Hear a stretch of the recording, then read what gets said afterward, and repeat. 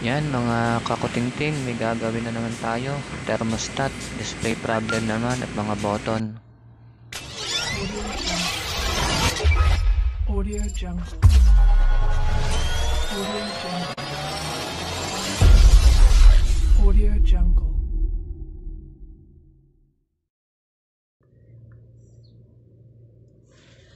Yan, ito na guys yung isa na namang thermostat ng Carrier na split type. Bali ang problema nito ay ganun din sa may video na akong nagawa dati, kaso hindi maganda yung pagkakagawa ko. Ulitin ko na lang kasi nung time na yun medyo practice pa tayo ng pag-edit ng video, hindi pa maganda yung pagkakagawa ko ng video nun. So ulitin ko na lang, bali gawin ko na lang tong part 2. Same din siya ng problema, yun nga, naglolo ko yung kanyang display, tapos tong mga push button niya ayaw na rin mag-function, kahit pindutin mo siya hindi na nagana. Tapos naglolo ko na siya, masagi mo lang na gana na konti, namamatay na siya. So yun yung i-repair uli natin. Mas pakita ko ngayon kung paano i-repair, kasi nung sa naunang video medyo hindi kita, kaya ulitin ko na lang to.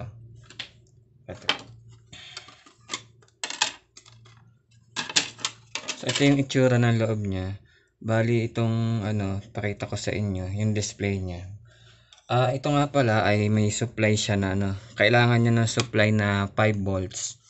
Yung mismo nang gagaling na supply sa mismong mainboard ng indoor na pinagkakabitan nito. Bali itong unang line na to, ito yung negative.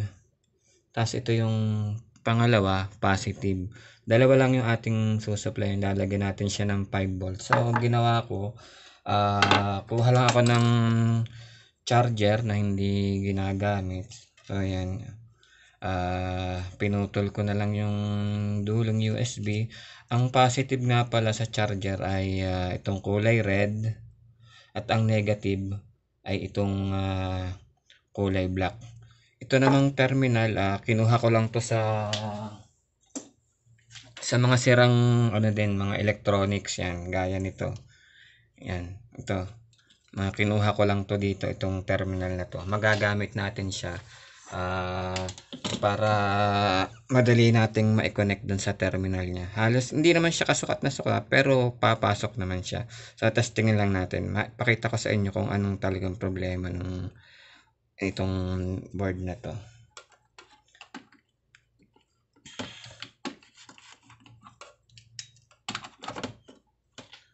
So ito yung naging problema niya. Yung display niya, yan. Yan. Masagi mo lang siya na gano'n, naglolo ko na siya. Tapos ito yung tack switch niya, sira na rin. May ilang tack switch na sira. Yan, mga sira na. Hindi na nagpa-function. Tapos yung display niya, yung ito lang kaliwa yung may display. Yan, medyo nawawala siya. So yun yung ating i-repair. May ilang button naman na nagana, pero minsan naglolo ko din. Try na natin lang palitan lahat ng sirang tack switch. Ito, palitan natin. Ito yung on and off, wala na talaga. Masagi mo lang ng konti, namamatay na. Yan. So ito yung ating i-repair. Bali yung display niya, yan lang, yung kaliwa lang yung may display, tapos minsan nawawala pa. So yan, repair natin.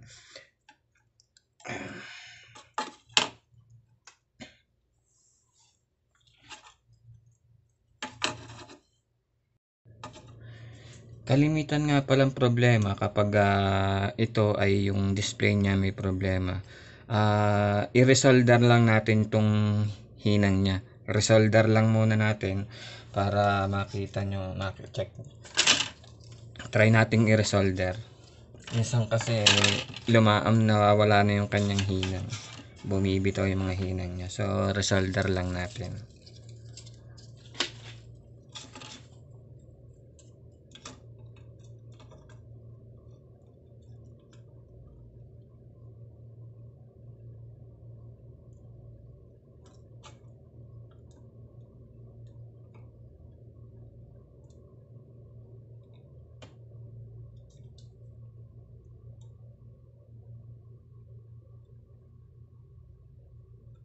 natin. Initan natin lahat ng paa. 10 lang naman na paa yan.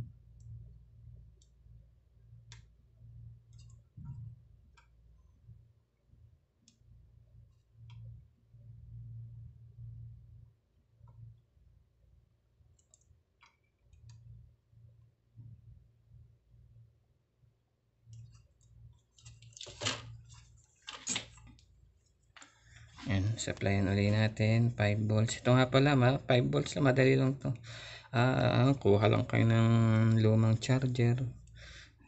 Sirang sira yung dulo ng charger. Pwede nyo yan. So yun, may display na yung ating display. Kompleto na siya. Check natin. Ayan. Kompleto na siya. Ngayon naman is ayusin natin tong ito, palitan natin tong tack switch na to.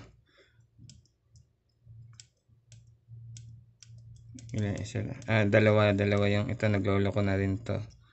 Itong dalawa on and off, tsaka ito nagloloko na din to. Palitan natin dalawang tack switch. Kalasin muna natin dalawang tack switch.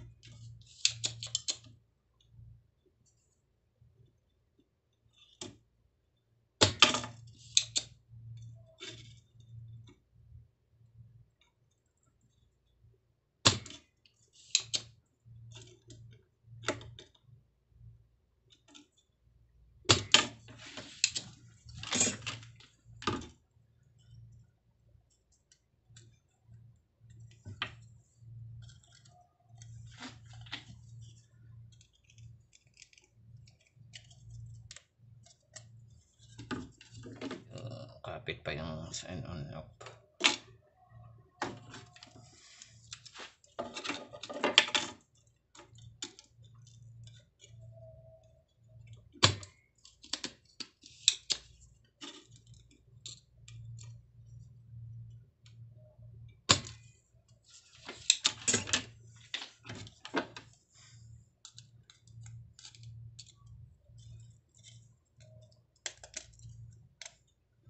So ayan, tanggal na yung ating, ito nga pala yung ating tack switch. Ngayon wala naman tayong kukunan ng bago nito. Ginagawa ko nga pala, pag may nakikita akong mga sira na ganito, galing to sa maliit na sound system, yan, kinukuha ko tong mga to kasi mapapakinabangan ito. Gaya nito, yan, yung tack switch, meron siyang tack switch, magagamit natin to. Ayan, ilan yung tack switch niya? 2, 4, 6, 6. So dyan tayo kukuha ng dalawa. Parehas lang naman yan. Hindi naman sila, ayan, parehas lang sila. So dito tayo kukuha ng pamalit. Kuha lang tayo ng dalawa para pag kung sakaling kailangan natin, mayroon pa tayong 4. Tsaka nga pala, pagka may mga sirang mga radyo, huwag nyo basta itapon. Gaya nitong mga pyesa dito, may mga mapapakinabangan pa kayo na. Gaya nitong mga volume, pag naagas-as yung inyong mga volume, Yan, pwede nyo kunin to. Yan, pwede nyo pamalit.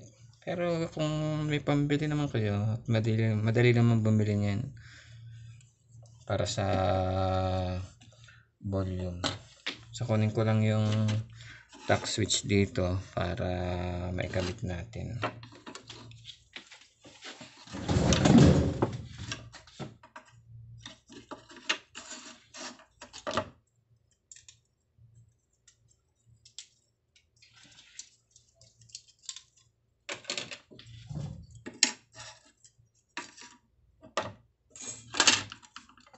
Galing nga pala to sa FM AM radio. Yan.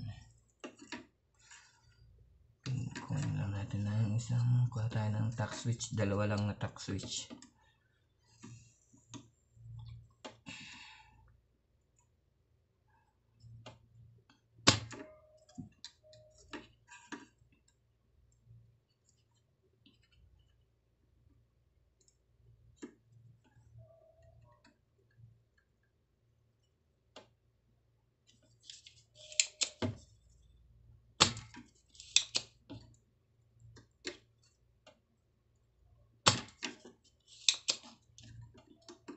Pag nga pala kayo mga ngahoy ng mga pyesa na mga nakahinang, syempre kailangan nyo ng desoldering pump tsaka soldering iron.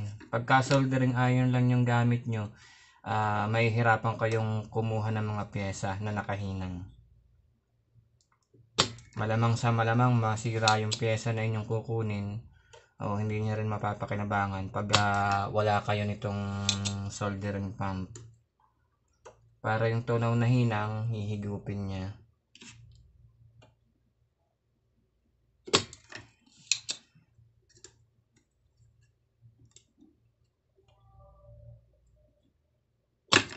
Kaya ang laking bagay na merong soldering pump. Partner yan dalawa. So ayan, kita nyo yung hinang nahigop na niya.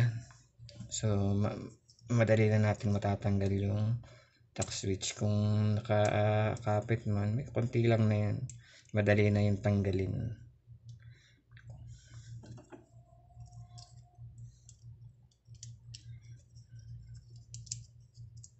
Yan, gagamit natin yan. So dalawa yung kailangan natin, dalawa lang yung kinuha ko. Yung apat, pang ano ko na lang ulit ito, pang spare para may pagkukunan ulit. Dito naman sa tack switch, hindi naman kayo malilito. Hindi porket apat yung paa niya is apat din yung linya. Dalawa lang yan. Hanapin natin dito kung alin yung linya. So gamit tayo ng tester natin, lagay natin sa continuity. So pag tumunog, ibig sabihin magkasama o magkadikit.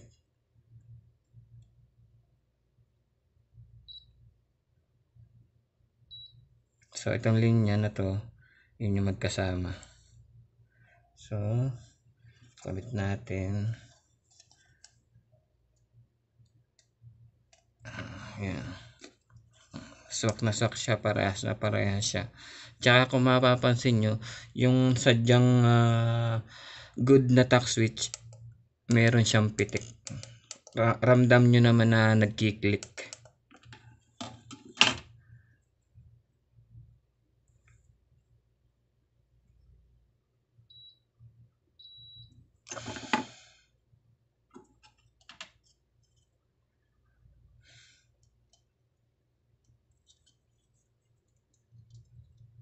Saktong-sakto lang yun. Halos pare-pareho lang naman yung mga tack switch na yan.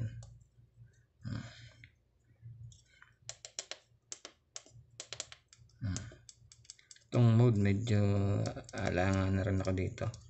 So ganda, palitan ko na rin siguro itong mode. Sige, hinang ko lang muna itong kinabit kong dalawa para hindi malaglag.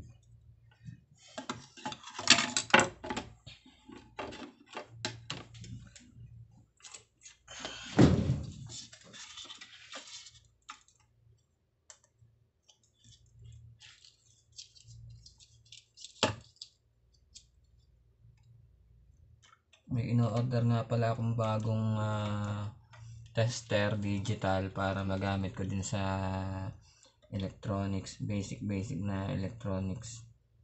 In-order ko siya online, hindi pa lang siya nadating, para hindi to yung multitest. Itong club ammeter kasi nagagamit ko, hindi niya kaya sukatin yung mga matataas ang resistance, kaya umorder ako ng sadyang pang electronics. Umorder rin ako ng soldering paste para mas madaling kumapit yung mga hinang. Pangit kasi pag walang soldering paste, naangat yung hinang, hindi agad siya nakapit. Mas maganda yung nakapit agad yung mga hinang. Kunting init mo lang, kakapit na agad yung hinang. Minsan kasi sobrang babad ng tip ng soldering iron, nasusunog yung board, na nakakasira minsan ng pyesa. Kaya mas maganda mayroong soldering paste para kapit na kapit agad yung hinang mo, hindi ka na paulit-ulit gaya nito. Pag walang soldering paste, ang hirap, hindi agad nakakapit yung pinaghinanan.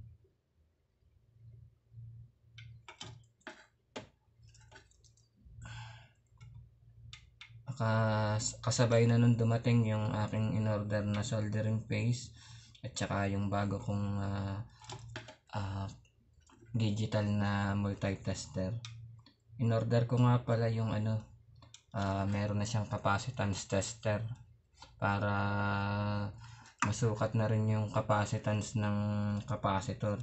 Magagamit din siya sa mga capacitor, mas madali siyang gamitin, mas madaling mag-test doon ng capacitor. Hindi ko lang alam kung kailan dating, siguro pag dumating yun next week siguro unbox natin yun.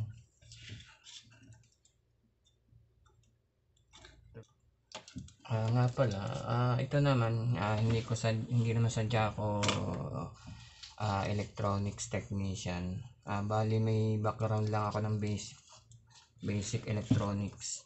Kaya mas maganda na rin meron kayong basic electronics kasi magagamit yan kung maaari kayo ay AC technician o refrigeration technician. Nalabas ngayon, may mga board na rin gaya ng mga inverter, may mga board na rin, kaya importante hindi lang kayo marunong sa refrigeration, dapat may basic din kayo ng electronics.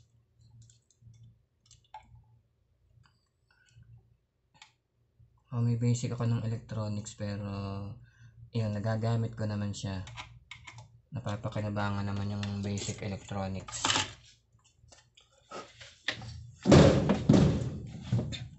Importante yun, lalo na sa mga naglalabasan ngayon na mga machine. Halos lahat puro may kasama na siyang board, mapaliit man o mapalaki, lagi siyang may kasamang board.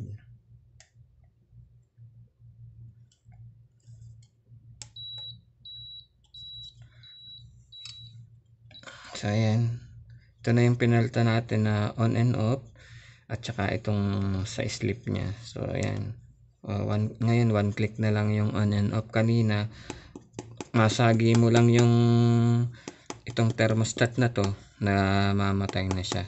So ngayon okay na siya. Check natin tong mode, okay pa naman tong mode. Ito yung slip, yan. Tapos yung sa pan nya, sa speed ng pan, okay pa naman. Ito naman up and down sa pag-adjust naman to ng temperature. So ayan, medyo na okay na siya.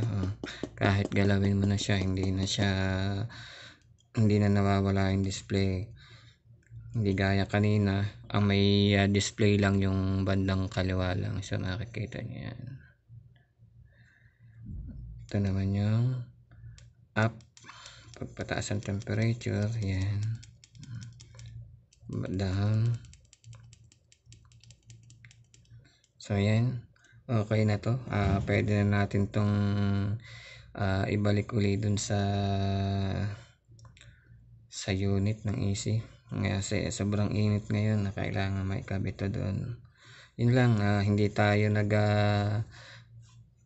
bumili ng bagong thermostat. Hindi ko lang alam kung magkano ang presyo nito, kung bibilhin din to dito. So yun nga, ni-repair lang natin. Nangahoy lang tayo ng mga tack switch sa sirang mga FM, AM radio, mga USB, yan. Ito, mga sirang ano yan. Yan, dito ko lang yung kinuha. Ito yung AM, FM na may amplifier, yung nabibili din na normal lang. So yan, ito ayos na siya. Pwede na natin tong ikabit ulit.